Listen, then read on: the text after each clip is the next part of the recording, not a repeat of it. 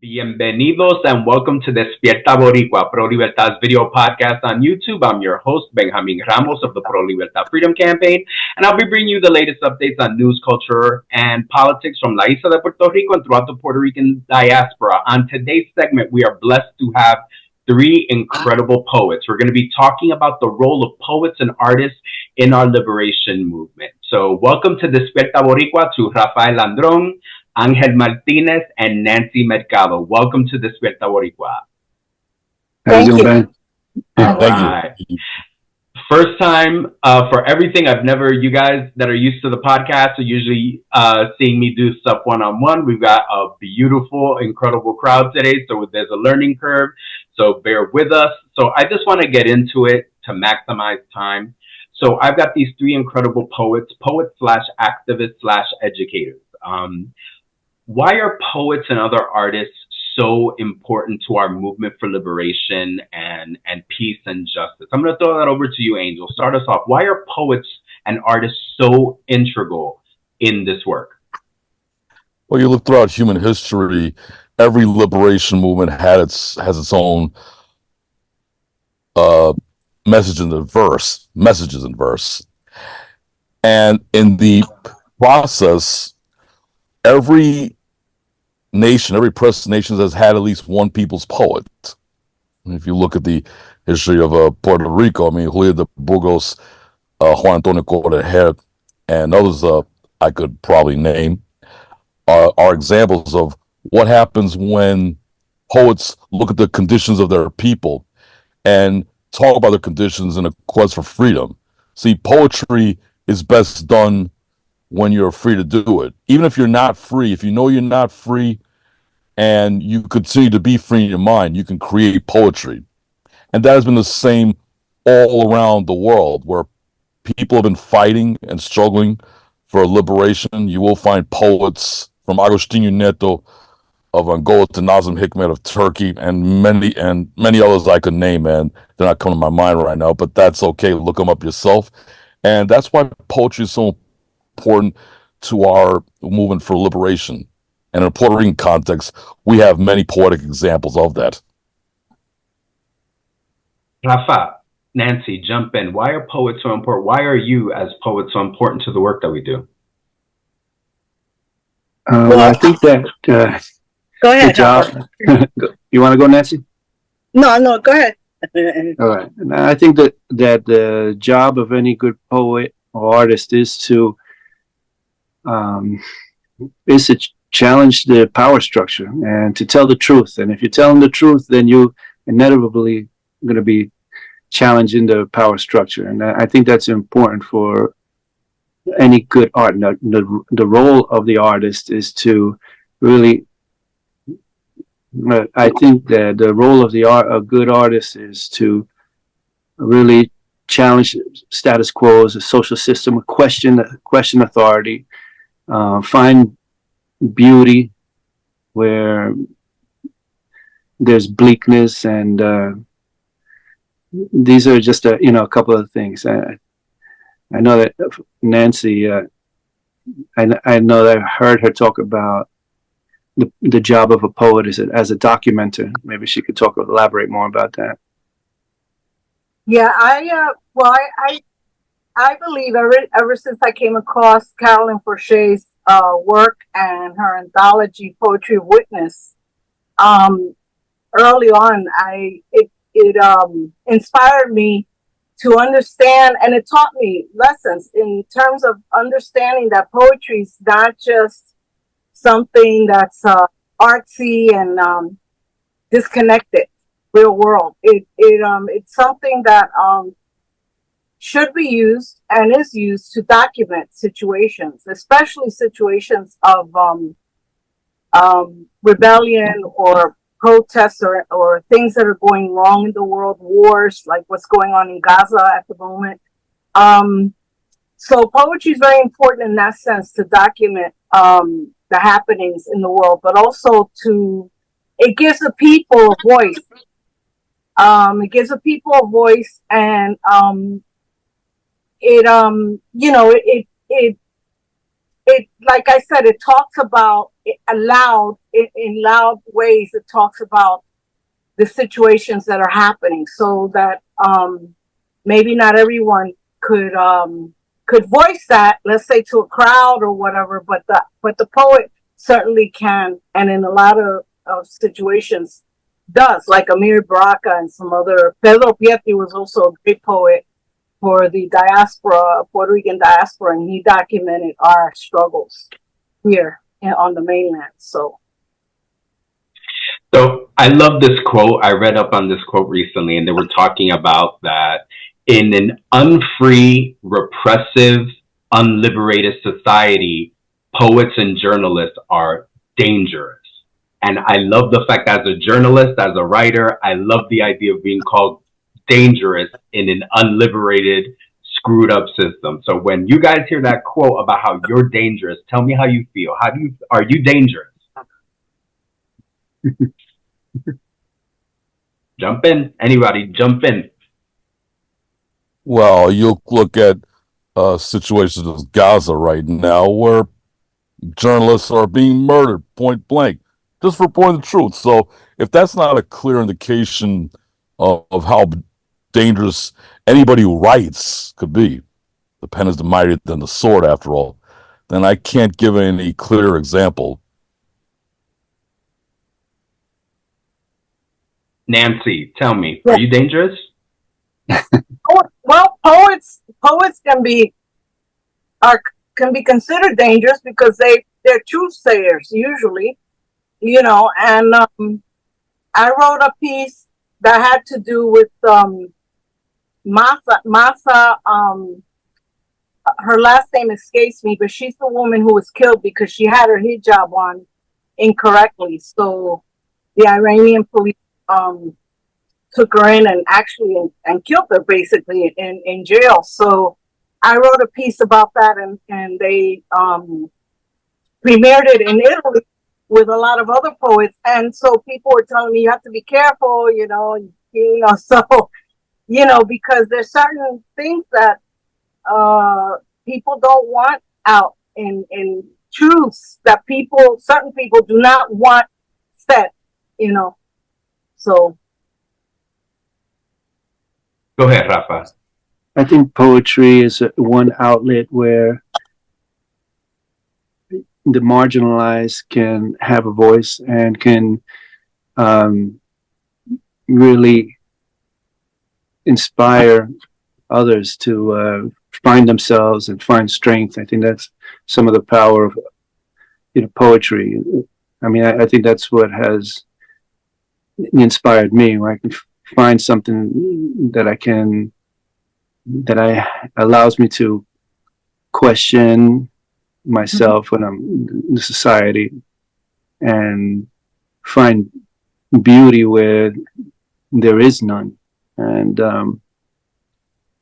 I think that that could be dangerous to a status quo that can almost feel like unbeatable, but I think that poetry can penetrate and can show victory and imagine possibilities, and so that can be powerful and very.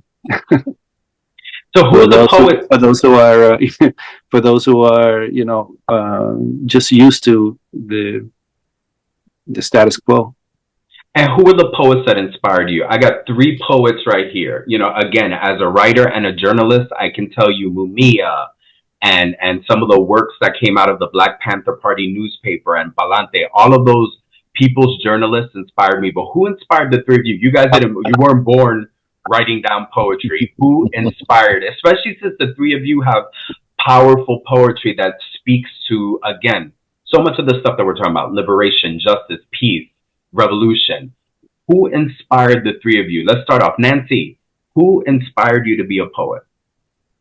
Well, I had the great fortune of being a pupil, one of Miguel Algarin's pupils, and that's when I got inspired to start writing poetry. And he brought in whole slew of writers, Pedro Pietri, Miguel Piñero, so all of the Sandra Maria Esteves, all of the those New Eurekan writers inspired me. And of course, people from the Black Arts Movement, Amiri Baraka, David Henderson, I had the great fortune of knowing all of them early on in my beginning to to be a writer.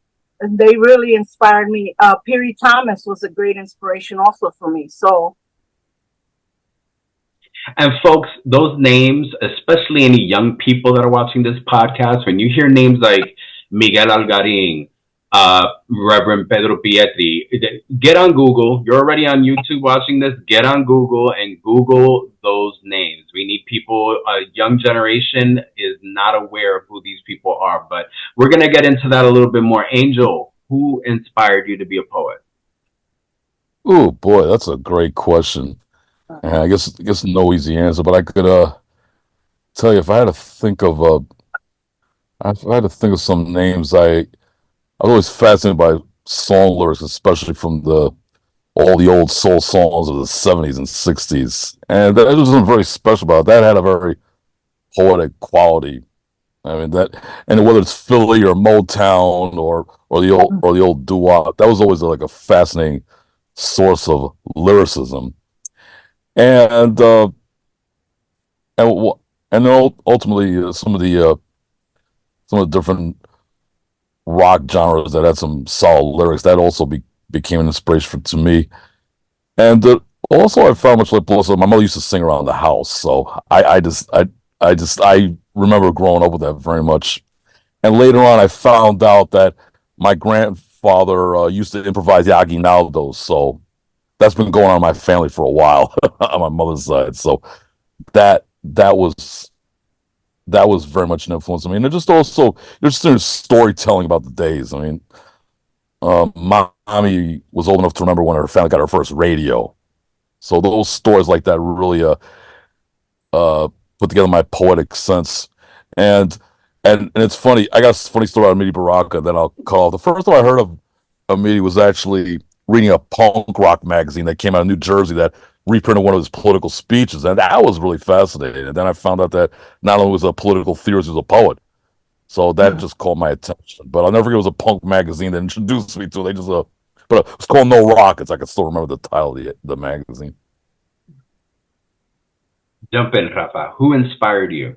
When Angel spoke about his family, I have vivid memories of in the summer times when my folks took me out to Puerto Rico. Just it seemed like everybody would, sang. I mean, get out the guitars. People would sing. We'd go in the car. My grandfather drive into El Yunque, and just the whole family singing. And so I feel like that had a real big influence on me. But in terms of poets, I remember Luis Reyes Rivera. It was interesting because he had on WBAI he had the show Perspectives. I don't know if you remember that, Ben, but he would mix journalism with poetry, and and he was one of the founders of the New Eurekan movement that kind of brought about the question of Afro-Latinoness, and I think that he was very committed both to the poetry, but also to truth seeking and finding. I found his dedication real. I want to talk a little bit about there's a lot of us that appreciate. I think a lot of us that are artists, we appreciate each other. We recognize each other's roles and how important the journalist is, how important the dancer is, how important the singer and the poet. But sometimes we have our comrades and our folks in the movement that don't share that perspective. They think la política es una cosa seria, and we don't got time for poets, and we don't got time for singing. And they practice, for people who are supposed to be building liberation, they practice that type of repression. And I want the three of you to touch upon that, because there are times, and I say that, we've been all to plenty of political events where they're like, let's put the poets at the dead last of the program so that when all the real politics are discussed, then the poets can go on. Have you encountered that? How do you fight that? What is your perspective on that? Nancy, start us up. Well, I have been in programs like that, but you know what really I what comes to mind is not being able to be published because you're too political, you know, or you know, you say things that are too I did get a rejection notice that specifically said that they did not publish quote unquote political poetry. So I don't know what that is because if we're talking about things that are happening in the world, I don't know, and everything is political anyway. So, but I have gone through those situations, and it's a shame because poetry brings um, a unique characteristic to the struggle, you know, and it a lot of times it immortalizes struggles, certain struggles, um, through you know through the poetry itself. So I think poetry is and artists are very key factors and very important in activism and organizing. Absolutely. Angel. Yeah, and I've found that organizations that don't care for poetry are just people I just don't like dealing with unless I really have to. I mean, if they can't respect the arts, let me tell you, uh, that's something that I just cannot accept because that's robbing a lot of people the opportunity to really participate and you find potential allies. A lot of culture wars don't necessarily join movements except for unions, with being the largest except for some other arts associations or things like ASCAP, American Society of Composers, Artists, and Producers. But that being said, I find a political movement that does not have poetry is really missing a golden opportunity to really connect with people. Yeah. And it doesn't have to mean that they have to have a lot of poets. Just one or two poets could be a lot. Even just one is amazing that they could call on. I think sometimes it could be that sometimes dealing with organizing, you're dealing with having like clear lines or this idea of like, okay, one message, and then where poetry might be, elicit like the gray line. So it might, it might be you find some questions, but it's not so clear cut sometimes. So that could be one of the issues. I think cultural work is really important. It could combat some of the dogmatism that we find, but also, on the opposite end, artists that are just, full of themselves and just want to see themselves, that's also problematic. So I think we need more organizing in art spaces, and we need more artists in organizing spaces. So tell me a little bit about some of these young bucks that are coming up. You guys, not to say que ustedes son viejos, ustedes no son viejos. You're not viejos. You're not, but we've got young people. I feel like there's a revitalization. I'm seeing young Puerto Ricans talking about Puerto Rico and bringing out art in all this amazing new way. And I'm seeing rappers and spoken word artists, and people are telling me there's a difference between a poet and a spoken word artist and a rapper and this and that and all these categories that are popping up. And I'm just wondering, what do you guys think about that with this new generation? Because for a while there, it was bleak. Some of us that are out there in the streets doing work, we're like, where are the young Boricuas? If those of us that are those of us that are middle-aged are the young folks of our community, then we have a huge problem. But all of a sudden, there's this people are coming up, embracing art, embracing music. And it's just, what do you think about that? Angel, you're surrounded, as an educator, you're surrounded by a lot of these youth. What do you think about that? Well, one thing we have to remember, social media has had a democratizing force on not just a lot of political discourse, but on the way people can exchange ideas. We don't necessarily see them, but I can guarantee you go on TikTok right now and look long enough, look hard enough, you're going to find, you say, hey, wait a minute, I want to learn more about that. I don't know where I heard it. I heard this quote that when the social movement is strong, then we'll have strong art as well. You know, it's kind of like they feed off each other. So yeah, as we have, in the wake of like the Black Lives Matter movement, all these movements that have had impact, I think that has an influence on what people are thinking and doing, and there's a synergy between the social movement and the artistic movement. Jump in, Nancy. What do you think?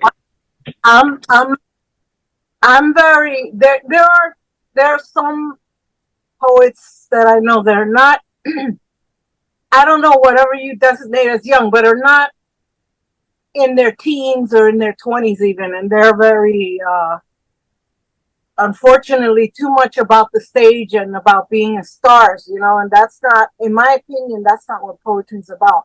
But I have a great hope because of all of the protests that have come up especially in the colleges around the Gaza situation. And so within those young people there, I know that there are poets and artists in there. And I think that that's a really great sign that, there's still a place for activism and for dissent, especially given what's going on and how this country is involved in this situation.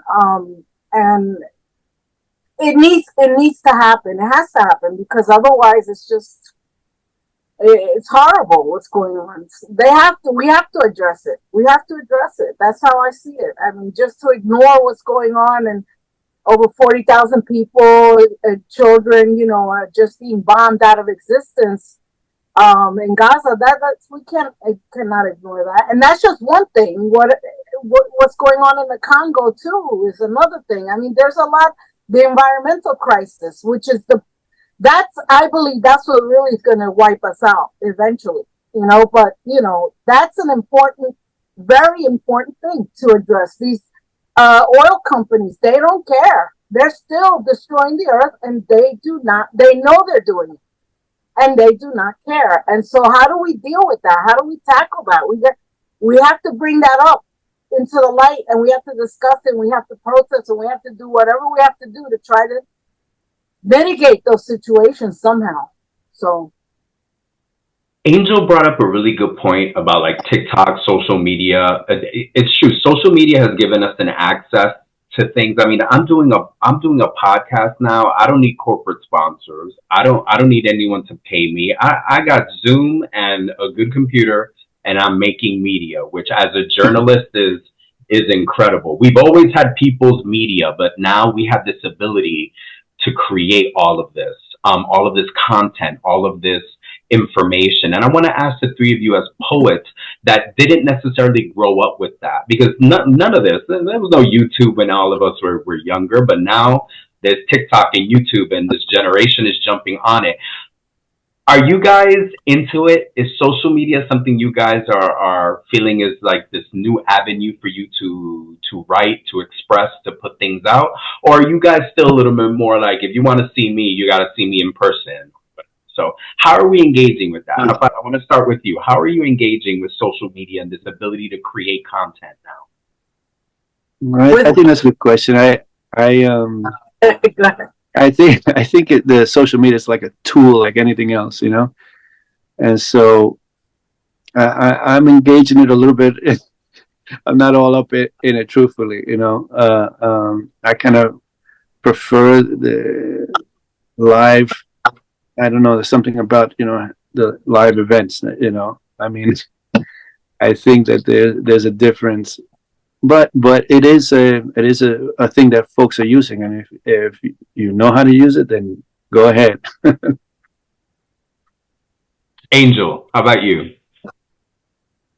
I think there's been an evolution going on how social media, and I engage with it. In fact, there's some people I can only reach, especially internationally. I found like it's a good tool for where other people, that's like their main way of communicating outside of North America. Then I say, yeah, absolutely. I would use it to contact you, because otherwise you might miss out on certain things. So I understand what the utility of it is. I know blogging tends to be where I tend to be a little more productive, like on Substack, for example. That's been a great storehouse for some amazing art going on there. It's just that they're still getting used to how to put it out there. That's there are a lot of possibilities for decentralized social media. Like when they figured out Mastodon a little better, I think that's got a lot of potential, but it's got to work out some of the odds and ends about. But I think if the more we keep social media out of the hands of the corporations that want to sell us something rather than allow us to speak our minds and they want to censor us, then we can have a social media that's really something that we can engage more, especially if you can't meet people in person. Nancy. Right on. Yeah, I think social media is great. I think I use it as much as I can, and I'll do in-person things too. I think it's a great like Rafael Landron said, a tool. It's a fantastic tool. My fear comes in that they're trying to control it. The corporations and the politicians are trying to control it, as we could see what's going on with TikTok at the moment, and them forcing China to sell it, and then the people want to buy it, or these right-wing people here in the United States, you know. So that's my main fear, that they're gonna eventually they're gonna control it, and so even that's gonna go by the wayside. I hope not, but that's my fear. But I think social media is phenomenal, it's fantastic, and we should use it as much as possible while we have it. So, familia, I just want to say I've been seeing some videos of the protests that take place in Puerto Rico. I mean, there's a lot of solidarity work around Palestine, but also we know that Puerto Rico is in one of the worst conditions it's been in a very long time. And our people are fighting desperately for their pensions, their right to education, their right to health care. And whenever I see those protests, of course, it's on social media, and there's always poets. There's always people tocando bomba y plena, people singing. You know, the perspective of and respect that our community has, especially on the island, for artists is really strong. And we got to give that voice to as many folks as possible. So, mi gente, we have three incredible poets here. Maybe a little bit later, we can hear a little bit of poetry from the three of them. I'm going to try to put that in. So, mira, familia, this has been your Despierta Boricua edition for May. I want to thank Nancy. I want to thank Angel. I want to thank Rafael for being with us today. Please, like, subscribe, share this podcast. Join our channel. We try to post once every month. I've been kind of bad. I've missed like about a month and a half. But in June, I'm going to have a couple of shows based on what's happening at the United Nations at Puerto Rico, around Puerto Rico. So, folks, thank you again to Angel. Thank you again to Rafael, to Nancy. Que viva Puerto Rico Libre. Stay tuned. Thanks, man. This poem is for all the children in Palestine who are being killed by acts of U.S. and Israeli terror. All the children who are sacrificed because of the greed of the powerful and the terror and fear they create to use others as symbols of evil. Adults, most likely white men, who make decisions over who should be considered allowable targets, who, my friends, are the enemies. Newscasters quick to blame Arabs, while the last bomber was as white and Christian as they come. In Oklahoma, those quick to judge, putting many lives in jeopardy with the racist accusations based on fear and ignorance. This poem is for all the children who are victims to the violence of adults, the greed and wanton violence encouraged by the United States, soaked and grown in violence. Violence from the state is the cause of all violence.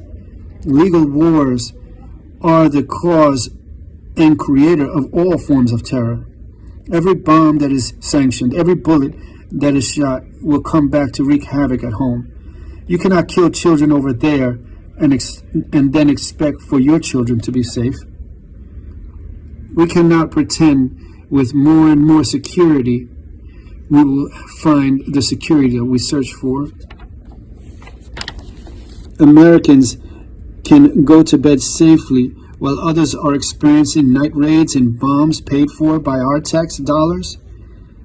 I understand this connection. Our citizens will pay if we continue to ignore the suffering of others. It is clear our tax dollars are killing women, children abroad, and we will feel it at home. Epilogue for the 21st century. And the demon took possession of the nation, leading it by the hand, engaging in topsy-turvy talk, weaving and unstitching gnarls of lies, dangling morsels of double talk and innuendos. And the nation jumped in attempts to capture those morsels, if only for a second, to distill them into reality, to identify them as black or white. But the demon kept changing the meaning of all things, kept morphing his empty shell of broken bits of shiny shards of wickedness enshrined in glassy vials, and the nation, contorting and heaving, drowned in a melee of arguments and weapons and hurricanes and earthquakes and wildfires and special reports on the evening news. While the demon's henchmen went out into the world and defiled the rivers, defiled the women, defiled the poor, defiled all the good creatures of the earth. They were hell-bent, maniacal in their derangement. They were the leaders of the free world. Bajuan and Marien, after Eugenio Maria de Hostos. In this voyage, two wings traverse one patria. Bajuan, Marien have a message from an earth-shaking journey. The son is a cry for freedom, and the bomba is its report to the world. Paper boats can defeat paper tigers.